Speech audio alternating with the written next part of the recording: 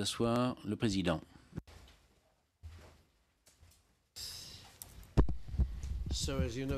Comme vous l'avez remarqué, le juge Prost n'est pas avec nous. Elle est absente pour les raisons officielles et elle sera absente pour le reste de la séance d'aujourd'hui ainsi que demain. Elle sera de retour pour siéger avec nous mercredi dans l'après-midi et pas dans la matinée. Donc, ceci veut dire que nous siégeons conformément aux dispositions de l'article 15 du règlement, n'est-ce pas? Maître Mick, vous maintenez que vous n'avez pas l'intention de contre-interroger le témoin en question? Réponse non, c'est exact, Monsieur le Président. En même temps, pour le moment, nous n'avons pas de questions. Président.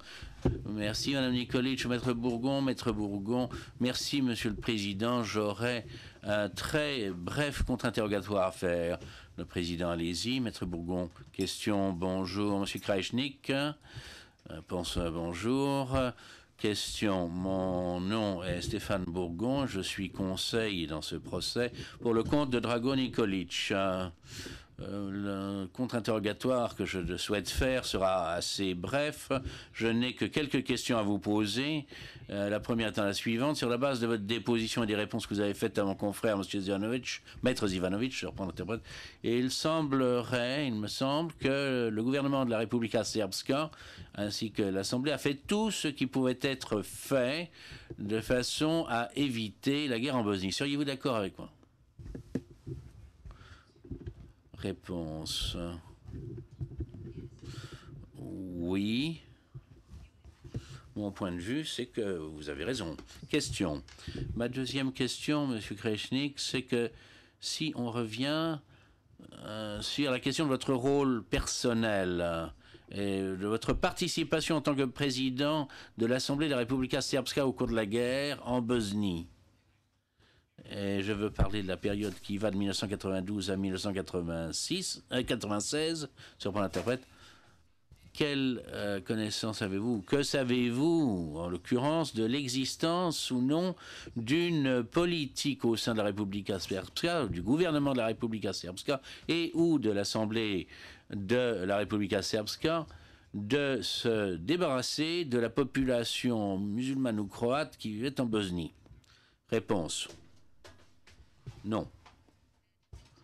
Il n'existait pas de plan de ce genre. Question. Je vous remercie beaucoup de votre réponse. Je n'ai pas d'autres questions à poser. Le Président, merci, Maître Bourgon.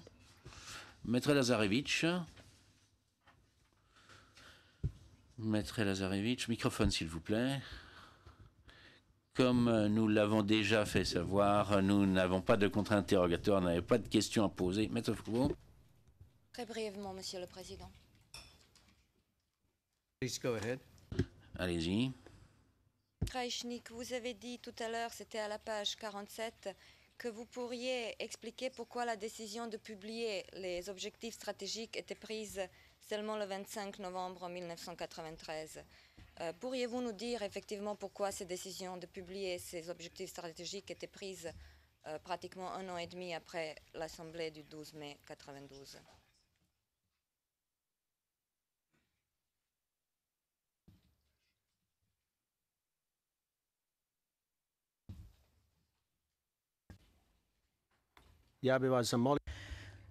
Pouvez-vous, je vous prie, donner lecture de mes propos? J'ai bien peur que l'interprétation ou la traduction ne soit pas bonne. Je n'ai jamais dit que c'est à ce moment-là qu'on a adopté une décision. J'ai expliqué les raisons pour lesquelles elle a été publiée à ce moment-là.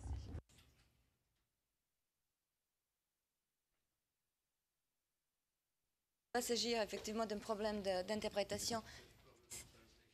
C'est exactement ma question. Est-ce que vous pourriez nous expliquer pourquoi la décision de publier ces objectifs stratégiques était prise uniquement en novembre 1993?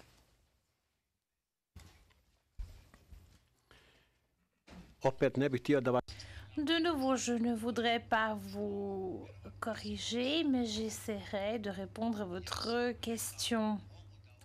J'ai dit que je pouvais expliquer la façon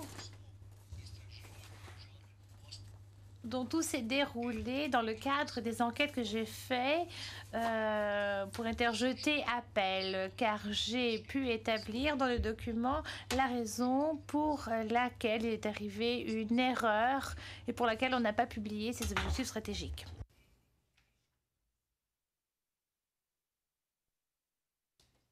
Pourriez-vous dire brièvement pourquoi cette décision a été publiée en novembre 1993?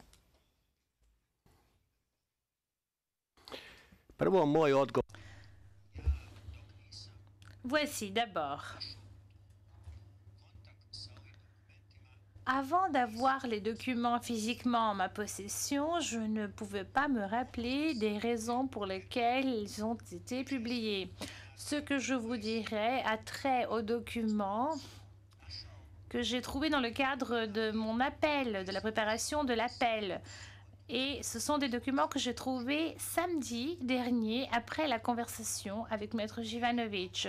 D'abord, le 9 juin 1992, lors d'une session qui avait un caractère de consultation, une décision a été adoptée qui est la suivante, de publier les objectifs stratégiques ainsi que la carte de la Republika Srpska en Bosnie-Herzégovine et de les communiquer à la communauté internationale. Et c'est l'avant-dernier point du PV de la session élargie de la présidence. Il est facile de trouver ce procès verbal que j'ai avec moi d'ailleurs dans mon sac. Ensuite, un acte a été fait, un document, un décret, et ce sont les conclusions. Un document a été rédigé, ce sont des conclusions qui citent littéralement ce qu'a dit M. Karadzic lors de l'Assemblée du 12 mai 1992. Ceci diffère de ce qui était publié plus tard dans la décision. J'ai ce texte-là également en ma possession. Ce texte-là, je l'ai signé. Ensuite, je me livre peut-être à des conjectures, mais puisque je n'avais pas très clairement compris si la décision avait été prise pour que ce document soit publié dans le journal officiel ou au public, quelqu'un a modifié ses conclusions à la main. J'ai ces notes modifié à la main. C'est ce que j'ai trouvé samedi seulement et je peux vous expliquer les raisons pour lesquelles je n'ai trouvé ce document que samedi et non pas avant. On a donc modifié les conclusions pour correspondre à ce, en fait, pour correspondre au texte qui a été publié en novembre 1993. La décision a été tapée à la main, mais plus tard, je me livre à des conjectures encore une fois, on a vu que la décision n'avait pas été prise lors de cette session constitutive de publier ceci dans le journal officiel, mais bien de publier cette décision à tout le monde de façon commune. On ne pouvait pas communiquer ou publier une carte. Donc j'imagine qu'on voulait publier à la communauté internationale et envoyer à la communauté internationale ces conclusions. Et une digression. Dans le journal officiel, on publie les décisions et les décrets. On ne peut pas publier une conclusion. Il faudrait qu'il s'agisse de quelque chose de très exceptionnel pour publier une conclusion. Donc cette conclusion n'a pas été publiée dans le journal officiel. En 1993, ces décisions avaient été rédigées et elles se trouvent dans les archives sur les papiers. Maintenant, au mois d'octobre 1993, on a procédé à la rédaction de documents qui parlent du travail au cours des 4 dernières années de la Republika Srpska. Quelqu'un est venu me voir dans mon cabinet qui a fait un inventaire de tout ce qui a été fait au cours de la période précédente et cette personne a sans doute trouvé cette décision et en a pris note car il est écrit la décision n'est pas signée et elle n'est publiée nulle part. Et je ne sais pas pourquoi et comment j'ai signé ce document à ce moment-là, puisque c'est ma signature qui figure sur cette décision et la décision a été publiée. Et on a expliqué que ces objectifs stratégiques dans cette publication-là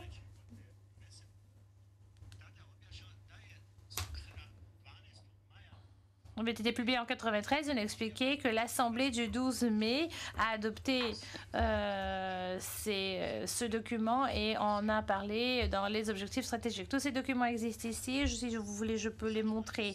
Je les ai sur papier. Maintenant, pourquoi n'ai-je pas remis ces documents à Maître Jivanovic?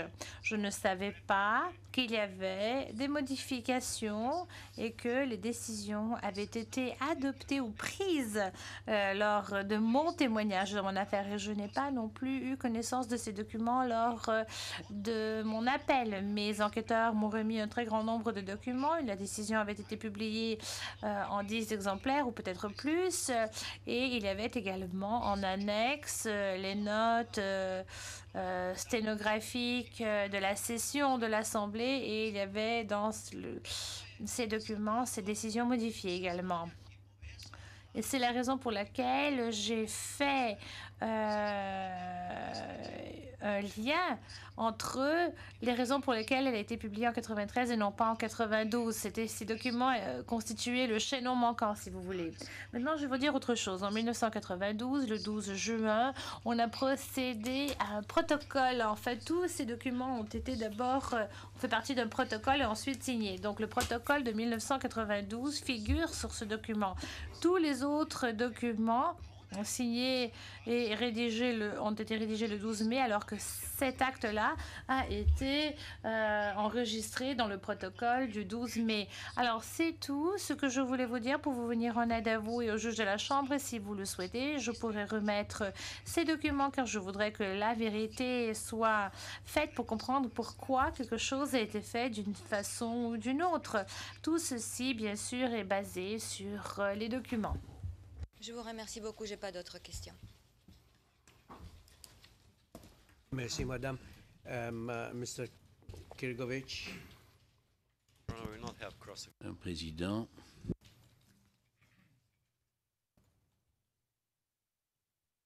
I haven't seen.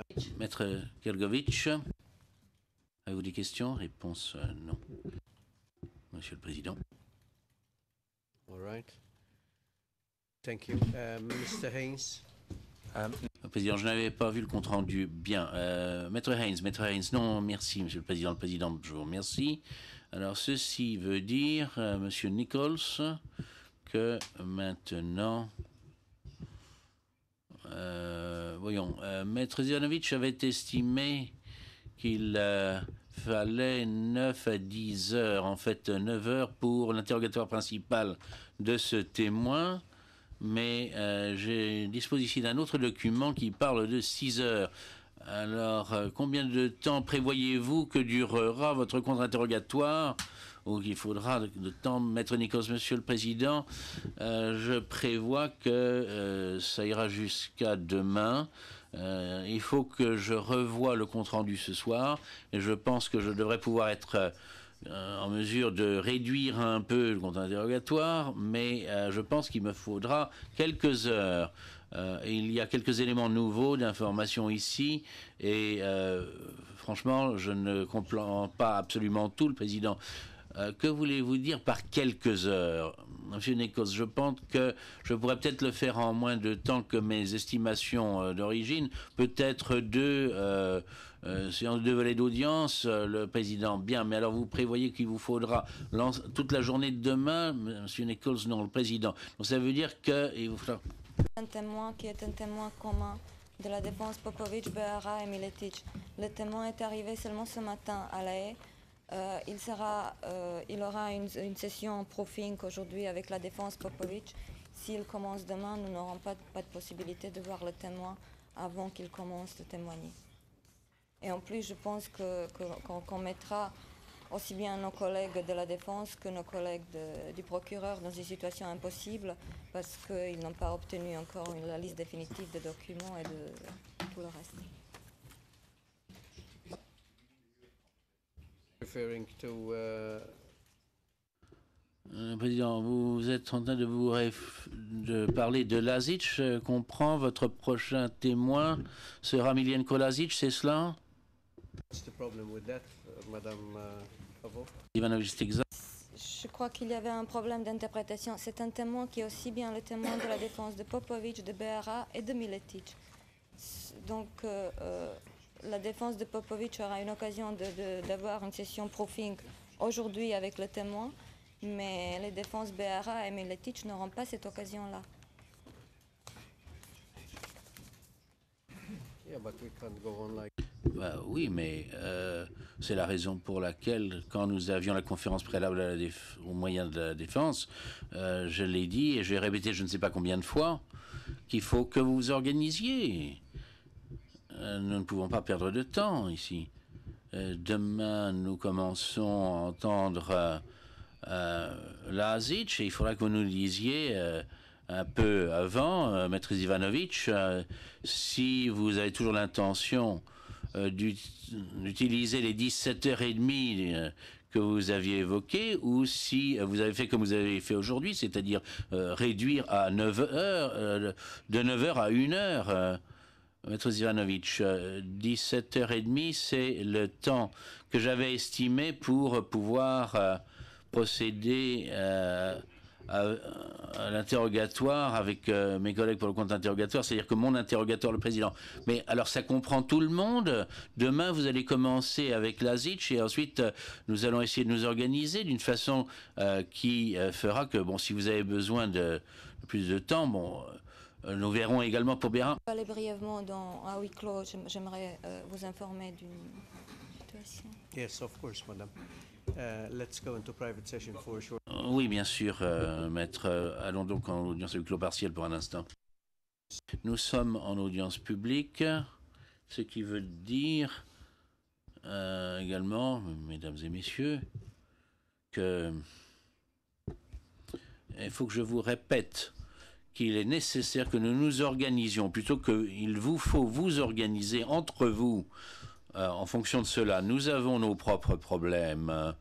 Lorsque ceci arrive, nous devons communiquer avec notre personnel parce que ça nous tombe dessus, les choses et les événements nous tombent dessus et il faut à ce moment-là que nous réagissions en fonction de cela. Donc, d'après ce que je comprends, vous pouvez vous trouver, enfin, quand je dis vous, ça peut être n'importe lequel d'entre vous. Je ne sais pas qui va s'occuper plus particulièrement de Lazic, mais vous pouvez vous trouver dans une situation de contre-interroger ce témoin plus tôt même que vous ne l'aviez prévu. Ce qui conduit à évoquer un autre problème. Sur le papier, nous regardons ce qui se passe cette semaine et une bonne partie de la semaine prochaine. C'était pratiquement consacré uniquement à Krajisnik et Lazic. Et il se peut que finalement ce soit pas cela, ce soit différent. Donc ne nous mettez pas dans une situation, maître Ivanovic, où lorsque nous serons proches d'une des journées vers la fin de la semaine prochaine, où il n'y aurait plus de témoins ici présents à La Haye pour déposer. Maître Ivanovic, Monsieur le Président, nous faisons de notre mieux pour que le prochain témoin ou les prochains témoins soient là le plus rapidement possible. Je vous remercie, le Président. Bien, sans ça, je peux garantir que vous aurez la pleine coopération des membres de la Chambre de première instance, mais n'était pas dans une situation impossible parce que nous avons des responsabilités et nous avons nous aussi à rendre compte. Monsieur Nichols, vous pouvez commencer votre contre-interrogatoire. Maître Nichols, Monsieur Nichols, je voudrais dire brièvement, Monsieur le Président, comme vous l'avez reconnu, que cela peut créer des problèmes pour nous aussi, pour ce qui est de notre emploi du temps, et je comprends que les estimations peuvent changer, mais si nous pouvions être informés dès que possible de la situation, le Président. Oui, ce serait très utile non seulement pour vous, mais également pour les autres équipes de la défense et certainement, bien entendu, pour les membres de la Chambre de première instance et notre personnel, parce que d'habitude, nous avons des détails. L'un des membres du personnel doit examiner et nous rendre compte en ce qui concerne chaque témoin prévu. Et donc, oui, Monsieur Nichols. Merci, Monsieur le Président, Madame, Messieurs les juges. Sir, Mr. Bourgon, briefly. Question. Monsieur Maître Bourgon a commencé brièvement à parler de ce qu'était votre rôle, le rôle que vous avez joué pendant la période où vous étiez président de l'Assemblée de la République serbe. Est-ce que vous rappelez cela? Réponse oui. Question. Et il vous a demandé, j'ai pas ça sur mon écran pour le moment, mais il vous a demandé de confirmer si il n'y avait jamais eu pour objectif, je paraphrase ce qu'il disait, de chasser les autres groupes ethniques hors de Bosnie-Herzégovine. C'est bien cela? Réponse exacte. Question. Alors parlons brièvement du rôle que vous avez joué dans ce conflit. Vous avez été reconnu coupable dans ce bâtiment même de crimes contre l'humanité, n'est-ce pas? Réponse oui. Question. Vous avez été reconnu coupable de meurtre ou d'extermination d'environ 3000 personnes, n'est-ce pas? Réponse. Je ne suis pas venu ici pour déposer concernant mon propre rôle, mais plutôt pour parler des 6 objectifs stratégiques. Ou est-ce que je devrais dire 2 d'entre eux? C'est la raison pour laquelle je voudrais prier les membres de la Chambre de première instance de me permettre de ne pas répondre à ces questions.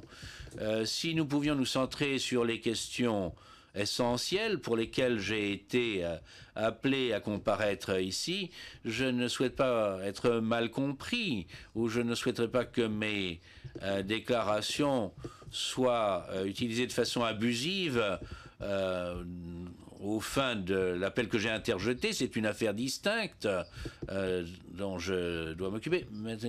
Monsieur le Président, je vais brièvement poser certaines questions qui concernent la crédibilité du témoin.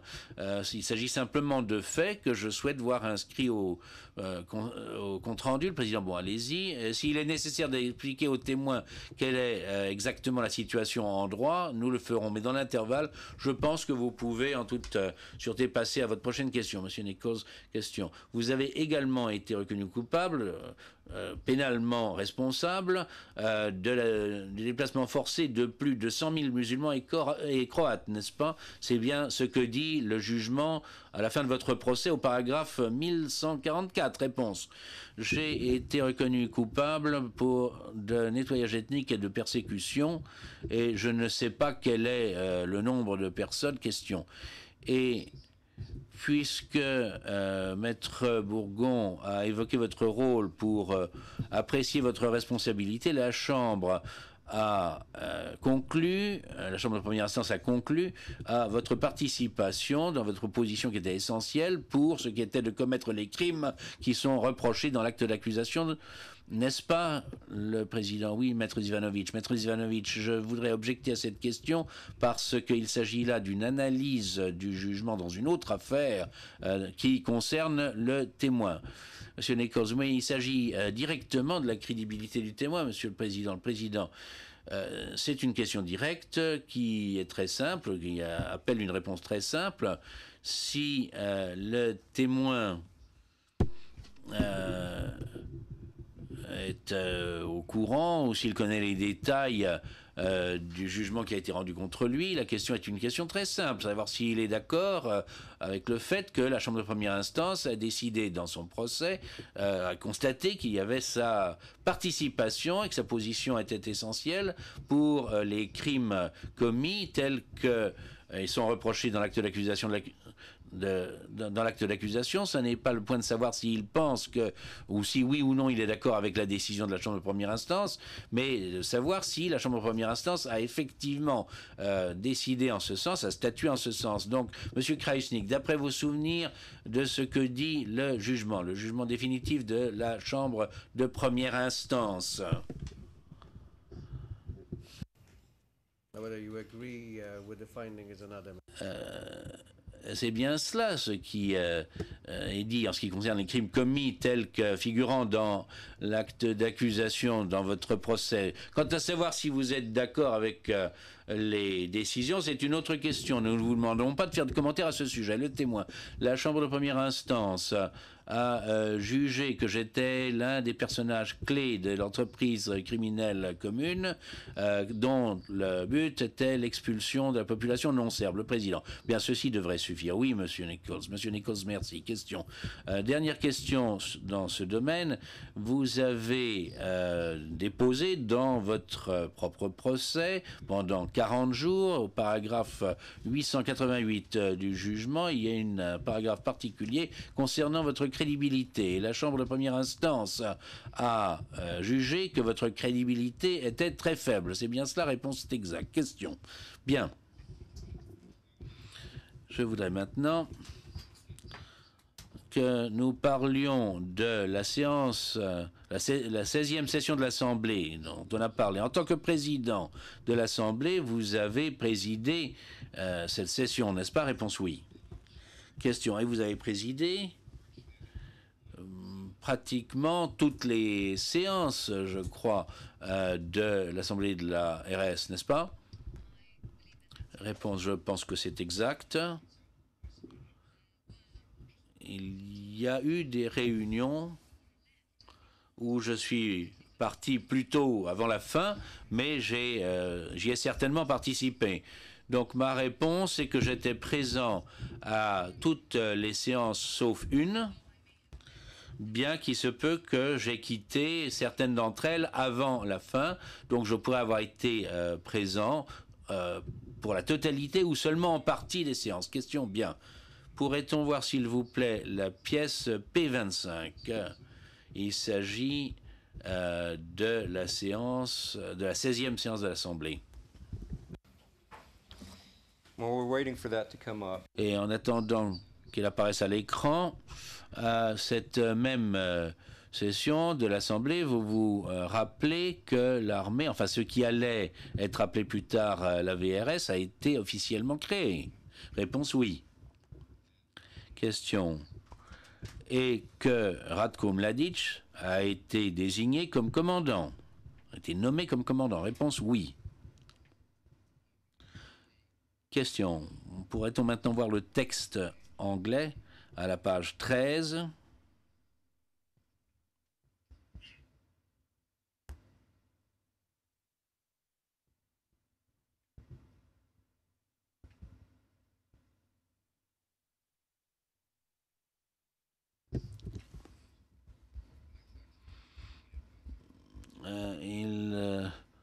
Je crois que c'est la page 13 pour les deux textes.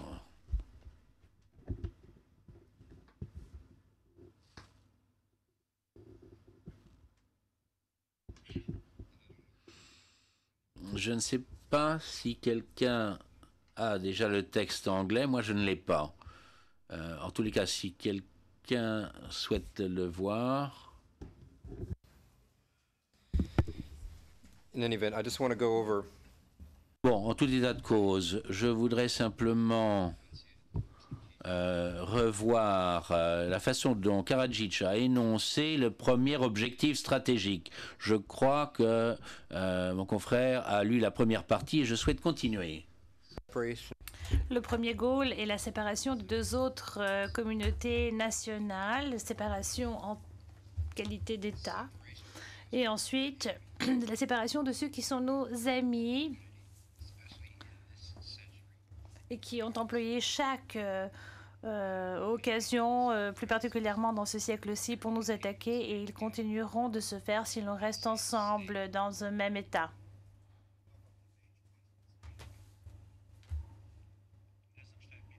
Fin de citation, réponse. Je ne comprends pas votre question. Question. Je ne vous ai pas encore posé de question. Monsieur Krajnik, je suis désolée alors. Question.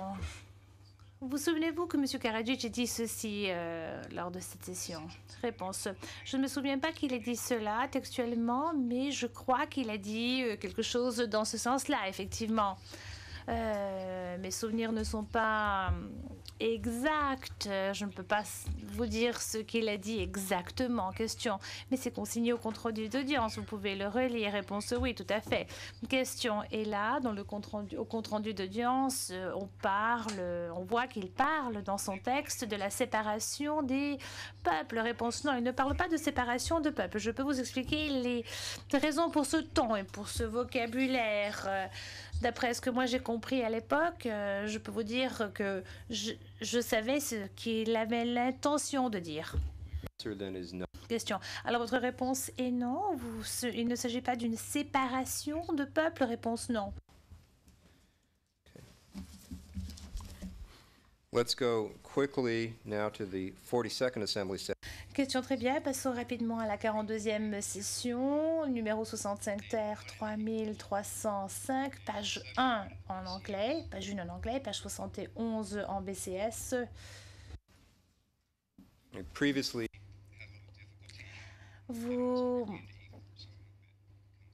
en fait, un peu plus tôt, nous avons eu du mal à télécharger ceci sur le prétoire électronique. En fait, on avait du mal à le voir sur le prétoire électronique. J'espère que ça ira mieux maintenant. Et il s'agit en l'occurrence de... Excusez-moi.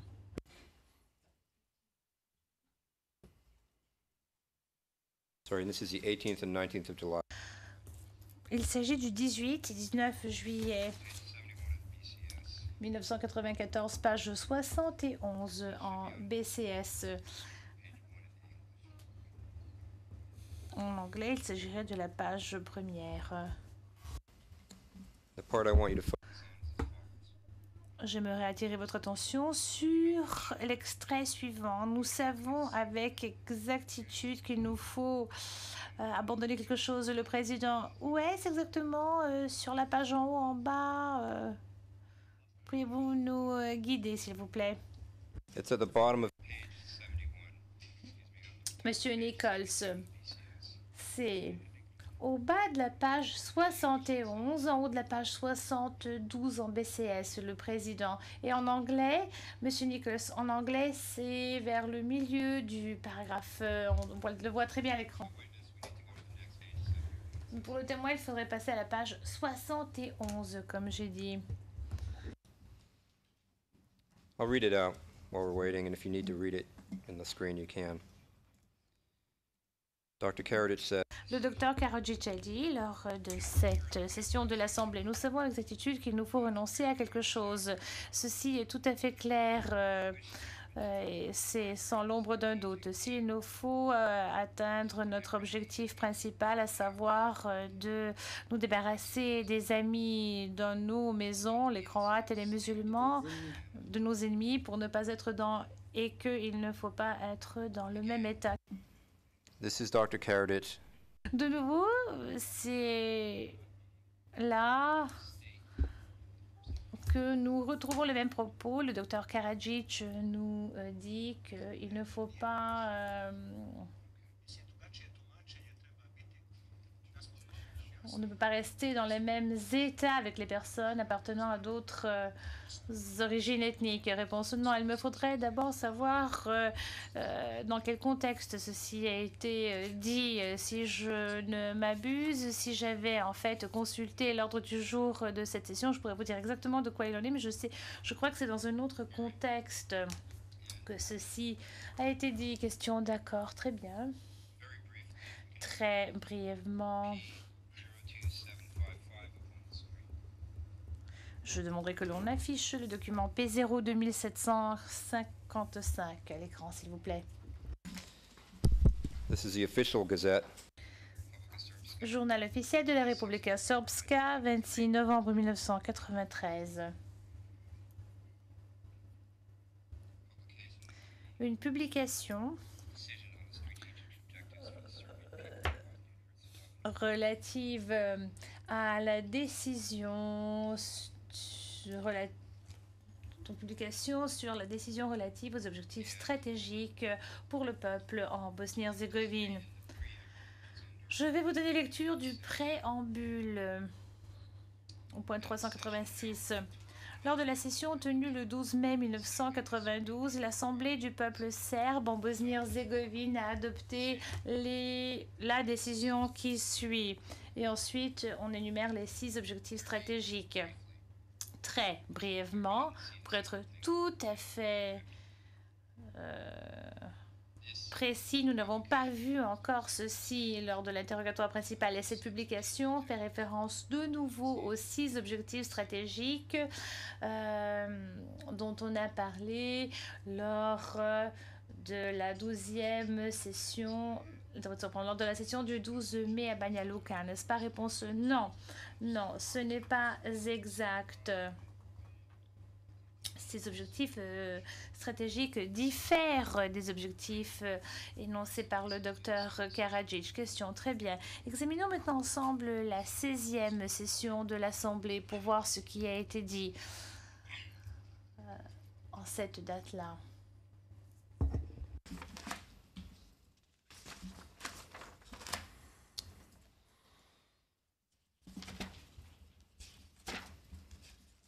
Now,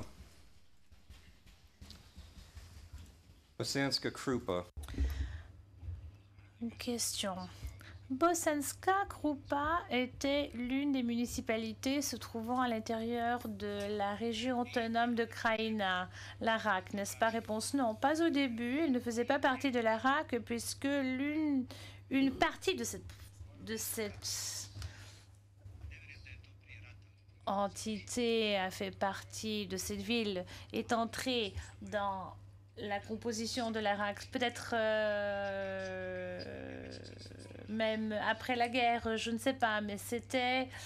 ceci n'a pas suivi la même procédure que les autres municipalités avec une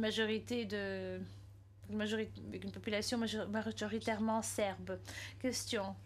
Et c'est la municipalité qui se trouve à l'ouest de Banja Luka, n'est-ce pas? Réponse, vous avez raison. Question.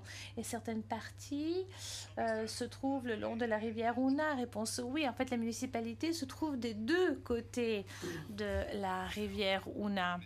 Question. Très bien. Maintenant, parlons de Miroslav Vještica. Il était le membre de l'Assemblée de la Republika Srpska, représentant Bosanska Krupa. Est-ce exact? Réponse oui. Il était présent à la 16e session de l'Assemblée à Banja Luka, n'est-ce pas? Réponse oui. Question. Et il a également parlé. Lors de cette session, il a pris la parole. Réponse oui. Question. Et examiner ensemble ce qu'a dit M. Vještica. De nouveau, il s'agit de la 16e session de l'Assemblée, page 25 en anglais et page 21 en bas de la page en BCS.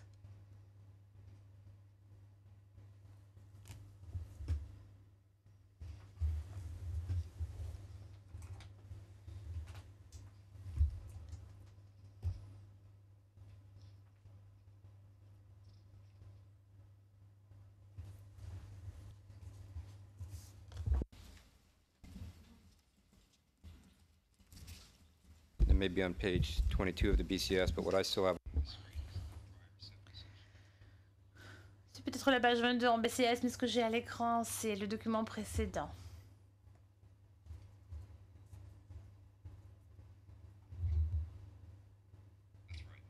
Voilà, c'est la bonne page, merci.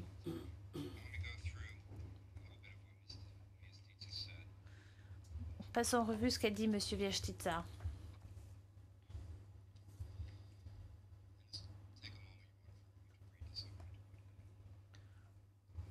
Je vais en donner lecture, c'est un peu long. Monsieur le Président, honorables députés, membres de la présidence, chers invités, je vais brièvement vous informer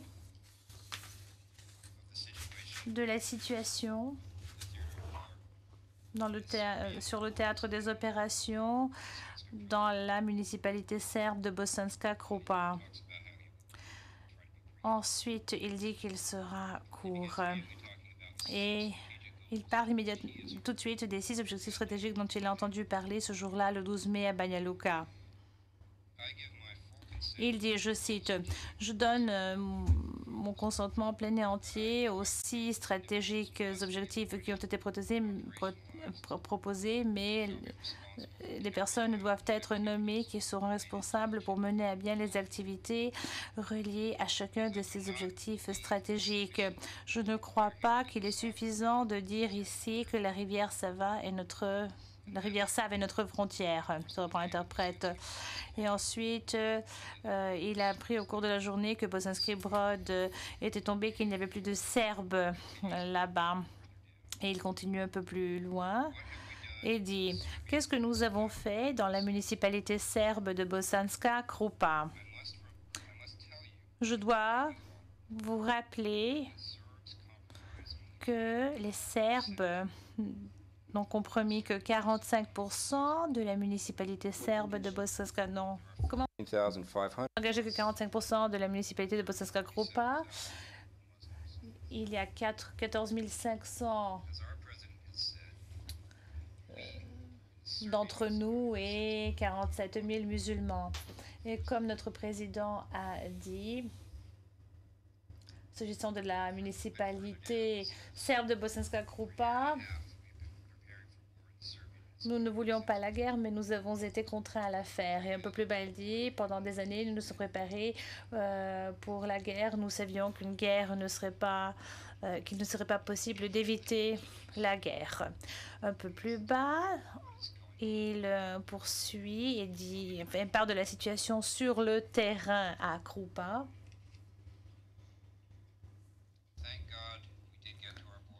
Et il dit, je cite, « Dieu merci que nous ne nous sommes pas rendus, que nous n'avons pas obtenu nos frontières parce que c'est ainsi que nous les avions pensé. Et vous savez très bien, vous députés, que la rivière droite, que le flanc droit de la rivière Una sera notre frontière et la frontière naturelle du peuple serbe de la BIH et le flanc gauche. C'est la raison pour laquelle nous n'avons pas voulu nous approprier la rive gauche. C'est là que nous nous sommes arrêtés. Nous ne voulions pas faire souffler le pont. Et maintenant, nous nous préparons pour Bosanska Otoka. Avec l'aide de Dieu, dans 2 à 3 jours, nous minerons le pont de Bosanska Otoka qui établit un lien avec Bosanski Novi. Ceci sera fait et je vous garantis cela. Que font nos adversaires? En ce moment, ils sont tous à Kazin, à Kraïna. Sur la rive droite de la rivière Una, il n'y a plus de musulmans dans la municipalité serbe de Bosanska Krupa. Toutes les enclaves qui étaient là, Grabuša, Veliki, Grbović, Osternica, Babić, Muslimiat, Jasenica et Zavir. Nous les avons toutes évacuées. Donc il n'y aura plus personne là-bas pendant les opérations de combat. Ces personnes auront-ils un endroit où revenir? Je crois que c'est peu probable après que ce que nous a dit notre président. Il nous a donné la bonne nouvelle que la rive droite de la rivière Una était notre frontière. Ensuite, plus bas, il parle du désarmement qui a lieu et qui est en train d'être fait par le SDS de Bosanski Novi et de Sanski Most. Et il dit, je crois que les musulmans seront désarmés à cet endroit-là également. And your response as the next speaker. Et vous prenez la parole ensuite, tout juste après M. Viachtitsa, à la page 22 en BCS, page 26 en anglais, vous dites merci. Et vous énoncez le conférencier suivant. Maintenant, M. Viachtitsa vous a expliqué a informé toutes les personnes présentes à savoir de ce qui se passait à Bosanska Krupa. Question, plutôt réponse. Ce qui s'est passé, question, oui. Il vous a dit, vous le saviez peut-être à l'époque, que seulement 24% de la population était serbe. C'est ce qu'il vous a dit lors de son discours, n'est-ce pas? C'est ce qu'il a dit dans son discours. Réponse, oui, je crois que oui. Je crois que c'est à ce moment-là qu'il a annoncé ce chiffre. Question. D'accord, il a informé les personnes présentes de ce qui s'était passé dans sa municipalité concernant la population musulmane. Réponse, Viestica a dit ceci, le président un instant, Maître Krajčník, Monsieur Jivanovic, il ne faudrait pas dire que qu'on parlait aux témoins directement. On voulait dire simplement que c'était à l'Assemblée qu'on s'est adressé. Oui, Maître Favreau. Interprétation parce que Monsieur Viestica parlait seulement de la rive droite de la rivière Una et pas de la rivière gauche. Or, on a entendu tout à l'heure que Krupa était du côté de la rivière. C'est une objection. Monsieur Nichols, ceci est une objection absolument inadaptée. Le président, je suis d'accord avec vous. Vous poursuivez votre question, monsieur. Monsieur Nichols, je vous remercie. Il vous a dit, ainsi qu'à toutes les personnes présentes, le président, vous n'avez pas besoin de traiter de ce point, car lorsque vous participez à une réunion, vous vous adressez, quoi qu'il arrive, au président. Monsieur Nichols, je vous remercie, monsieur le président. Donc, la façon dont il comprenait les objectifs stratégiques après les avoir entendus présentés par monsieur Karadzic consistait à penser que les musulmans n'auraient pas l'autorisation de revenir. C'est bien ce qu'il a dit, n'est-ce pas? Le témoin. Je vous en prie, si vous vouliez la vérité, vous auriez dû présenter ici l'interview qu'il vous a accordée à vous également. L'expert a expliqué tout cela. Moi, j'ai lu tous ces textes et la seule chose que je peux faire, c'est donner mon interprétation de ce qui est écrit dans ces textes et vous dire ce que j'ai pensé au moment où il a effectué la présentation orale de ce qu'il disait. Il existe un entretien avec les représentants du bureau du procureur, donc je vous en prie, montrez les notes de récollement et vous verrez ce qu'il a dit exactement. Question, ce n'est pas ce que je vous demandais. Je vous demandais s'il est exact que ce que nous avons ici écrit noir sur blanc montre qu'il a dit que, selon lui, les musulmans ne seraient pas autorisés à revenir. C'est ce qu'il a dit à la séance de l'Assemblée, n'est-ce pas? Réponse. Et il vous a expliqué de quelle façon il avait interprété cela lors de ses entretiens avec vous. Question. Donc, votre réponse à ma question est affirmative. Et maintenant, vous parlez d'un entretien. Réponse. Je pense que ma réponse est trop limitée si vous l'interprétez uniquement comme vous venez de le dire. Ma réponse correspond exactement à ce que j'ai dit. Question, d'accord. Je pense que monsieur le procureur doit préciser que les musulmans n'étaient pas de revenir où exactement.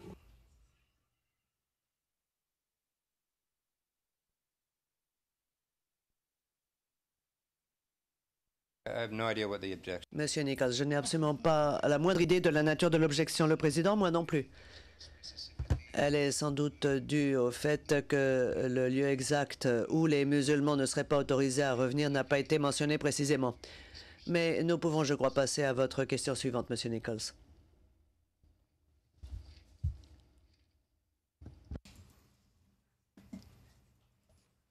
Otherwise we're going.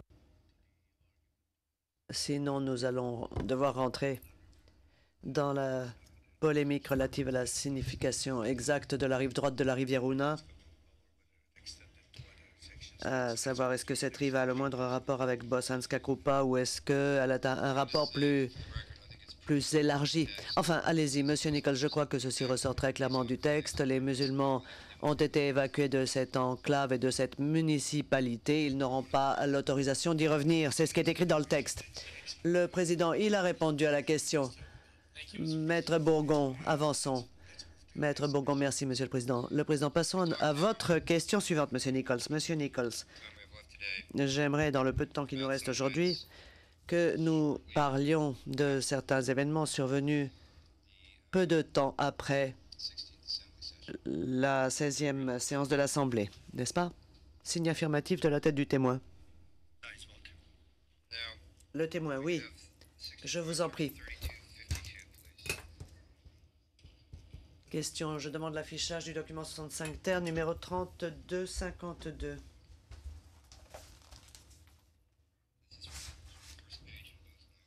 C'est la première page dans les deux langues qui m'intéresse. Document du commandement de la première brigade des partisans qui date du 12 juin 2006. Non, excusez-moi, j'ai fait une erreur. Qui date du 14 mai 1992. Et il y est question d'une réunion qui a réuni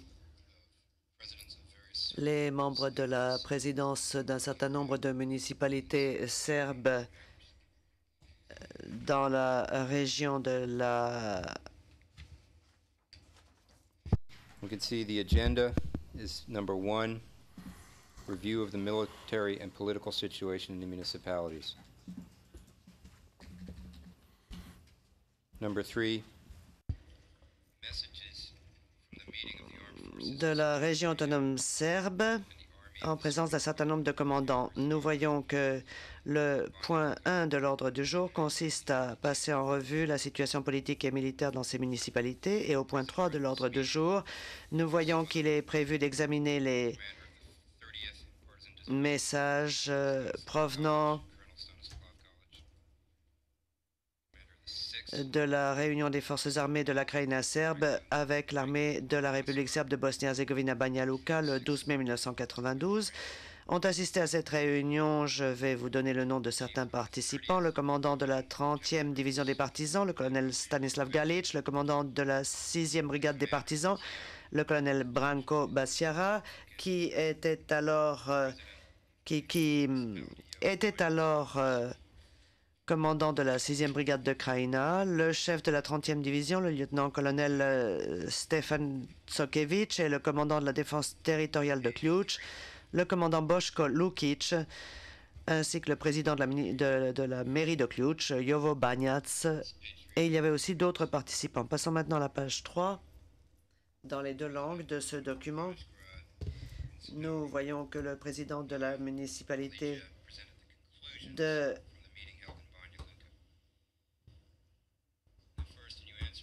Mrkonjić-Grad présente les conclusions de la réunion qui s'est tenue à Banja Luka.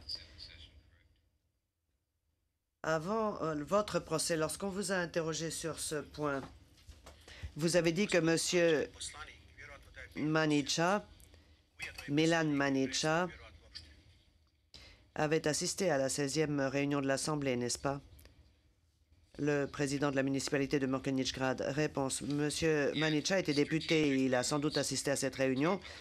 Il était député et en même temps président de la municipalité. Question. Et les objectifs stratégiques, si nous lisons ce qui figure en haut de la page, ont été présentés à la réunion de Banja Luka. On les trouve énumérés dans le procès-verbal de la réunion. Premièrement, il faut qu'il y ait séparation entre les trois communautés ethniques. Deuxièmement, il faut un corridor permettant de relier la Krajina à la Serbie qui longera la rive de la Save. Troisièmement, il faut création d'un corridor le long de la vallée de la Drina de façon à ce que le peuple serbe ait le contrôle des rives droite et gauche de la Drina. Et quatrièmement, il faut créer des frontières sur la rivière Una.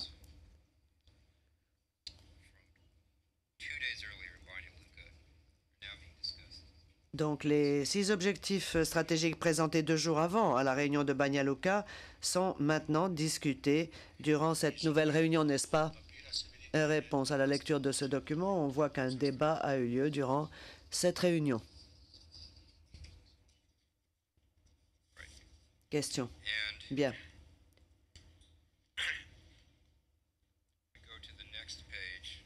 Passons maintenant à la page suivante, c'est-à-dire le bas de la page 3 dans la version anglaise. Et la page 4 de la version ABCS, nous voyons qu'à la fin de la réunion, le colonel Galich propose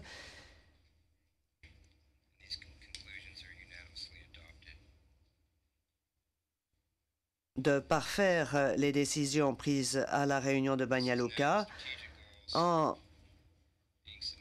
décidant également de les soumettre au commandement des unités et aux municipalités, et cette décision est adoptée à l'unanimité. Donc, nous voyons à présent qu'il a été décidé de soumettre immédiatement ces objectifs stratégiques, enfin immédiatement, 2 jours plus tard, au commandement militaire sur le terrain, n'est-ce pas? Réponse, ce n'est pas exact. C'est seulement dans les documents que j'ai passés en revue que j'ai constaté que c'est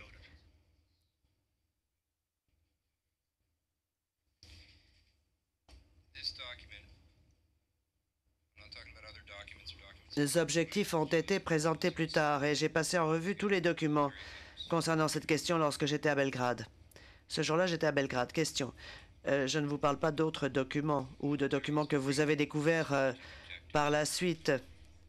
Je vous demande si ce document-ci ne démontre pas que les objectifs stratégiques ont bien été communiqués aux dirigeants militaires. Ils sont informés de leur existence, n'est-ce pas? Réponse. Ce n'est pas le cas. Ceci est une réunion locale où on voit un député qui informe l'auditoire au sujet de ce qui s'est passé à l'Assemblée, à la réunion de l'Assemblée. Et ce n'est d'ailleurs pas le seul exemple de ce genre, mais l'objectif de cette réunion ne consistait pas à informer les personnes présentes de l'existence des objectifs stratégiques ou à assurer leur diffusion dans toute la République Srpska. Question. Et il n'est dit nulle part dans ce document ou dans quelque autre document que nous allons examiner que M. Milica était présent à cette réunion et qu'il a expliqué à tous les militaires et dirigeants locaux du SDS qui assistaient qu'il s'agissait d'objectifs purement politiques qui avaient un rapport avec le plan Cotillero. N'est-ce pas? En fait, nous voyons ici qu'un vote a lieu et qu'il est décidé d'appliquer ces objectifs sur le terrain. N'est-ce pas? Est-ce que vous êtes d'accord? Réponse. Non. Monsieur le procureur, le 9 juin, l'ordre a été donné d'informer l'opinion au sujet de l'existence de ces objectifs stratégiques, ainsi qu'au sujet de la configuration de la carte de la République serbe de Bosnie-Herzégovine. Et il a également été décidé de faire connaître ces 2 points à la communauté internationale. En d'autres termes, un ordre a été émis qui exigeait que ces éléments soient portés à la connaissance de l'opinion de façon générale. Je peux vous montrer les procès-verbaux des réunions pour que vous les ayez sous les yeux. Cela s'est passé le 9 juin, donc très peu de temps après. Question. Pourquoi est-ce que cela serait fait le 9 juin si toute cette séance de l'Assemblée était, comme vous l'avez dit, ouverte au public, comme toutes les séances de l'Assemblée, et couverte par la presse, et que chacun savait ce qui y avait déjà été annoncé? Réponse. Je vais vous dire quelle est ma conclusion. Le 9 juin, une décision a été prise de rédiger une consigne afin d'obtenir la mise en œuvre des conventions de Genève. Ceci a été fait par Karadzic et Mladic et le ministre, ce que je l'interprète, de la Défense. Et il a été dit, eh bien, informons l'opinion de façon générale au sujet de ce que nous souhaitons obtenir à l'issue des négociations. Diffusons les objectifs stratégiques auprès de l'opinion de façon générale, montrons-lui les cartes et informons la communauté internationale, autrement dit la communauté européenne et la communauté internationale plus largement à ce sujet également. Je peux vous fournir les procès-verbaux où vous verrez tout cela écrit. Question. Je pense que j'ai encore le temps pour une question au sujet de ce document. 3e objectif stratégique, tel que consigné par écrit ici, et tel que discuté, finalement, je cherche le libellé exact. Il s'agit de la création d'un corridor le long de la rivière, de la vallée de la Drina et entre les différents États serbes. C'est ce qui est écrit dans le journal officiel. Vous avez fourni quelques explications à ce sujet et si je vous ai bien compris, vous avez dit que le 3e objectif stratégique consistait, pour des raisons psychologiques, à faciliter le passage de la frontière afin que personne n'ait à utiliser un passeport. mais que l'on puisse se contenter d'une carte d'identité délivrée localement, n'est-ce pas? Est-ce que je vous ai bien compris au sujet des fins poursuivies dans ce troisième objectif stratégique? Réponse. Le troisième objectif stratégique répondait à deux de nos demandes, à deux de nos revendications durant les négociations. L'une d'entre elles consistait à nous permettre d'établir des relations spéciales et l'autre à ne pas avoir d'utiliser de passeport pour franchir la Drina. L'interprète se corrige. Des relations spéciales, donc à ne pas avoir à utiliser un passeport pour franchir la Drina. Et la deuxième revendication consistait à obtenir un échange de territoire afin de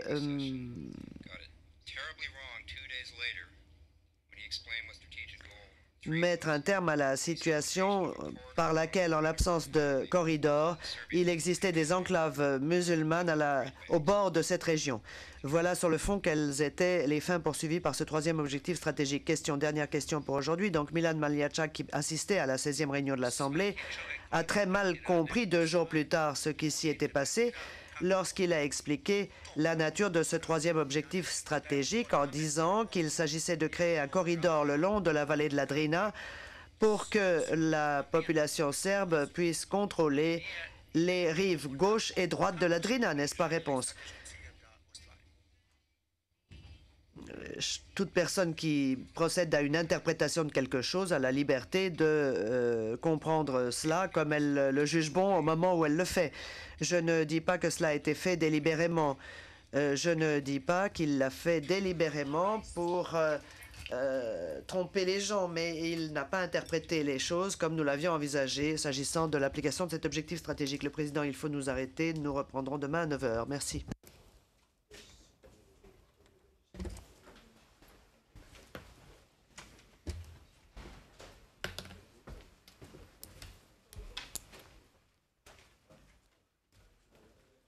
Se persecuta, super.